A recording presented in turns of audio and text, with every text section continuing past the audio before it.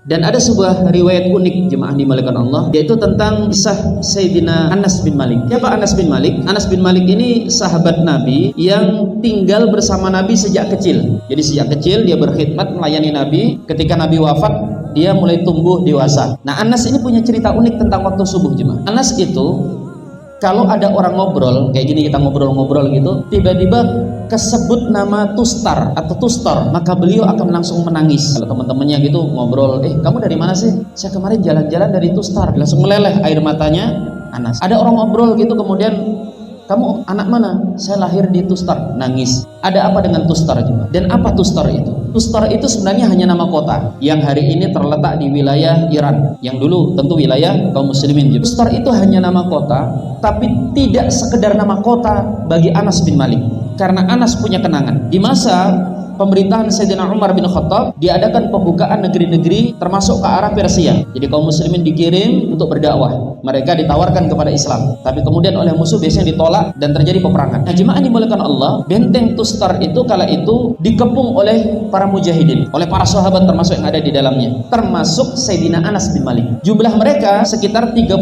orang.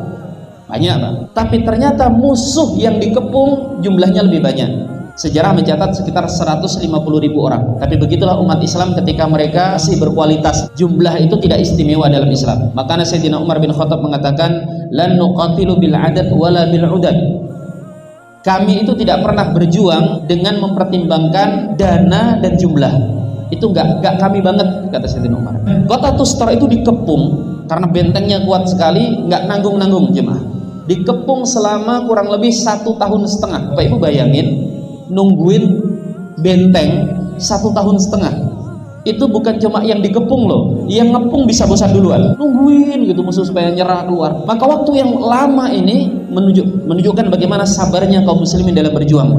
Ini nyabung nyawa membela agama Allah Ta'ala. Sampai kemudian skip gitu lanjutannya ya. Singkatnya, di waktu subuh kaum muslimin mendekati waktu subuh, sekitar waktu sahur, sekitar jam 3 atau jam 4 gitu, benteng itu berhasil digedor, jebol, dan kaum muslimin kemudian merangsek maju. Terjadilah peperangan yang sangat dahsyat. Bisa kita bayangin, 150.000 berhadapan dengan 30.000 di waktu yang masih gelap gulita. Dah tidak perlu kita gambarkan bagaimana ngerinya peperangan ini. Darah bersimbah, para sahabat mulai banyak yang berguguran. Tapi bukan itu yang membuat Anas menangis. Bukan itu ternyata. Yang membuat Anas menangis adalah lanjutan riwayat tersebut. Pertempuran ini berkecamuk sangat dahsyat dan kami baru bisa menyelesaikan, artinya menguasai benteng setelah matahari meninggi, dan baru kami bisa melaksanakan sholat subuh berjamaah. Ternyata Anas menangis karena kehilangan waktu subuh. Beliau harus sholat bahkan sudah matahari meninggi, dan Anas seumur-umur tidak pernah sholat dengan cara seperti ini. Jika Bapak Ibu bertanya, Ustadz memang apa hukumnya sholat seperti itu? Imam Bukhari jemaah ketika mencantumkan riwayat ini memberikan judul kan, bolehnya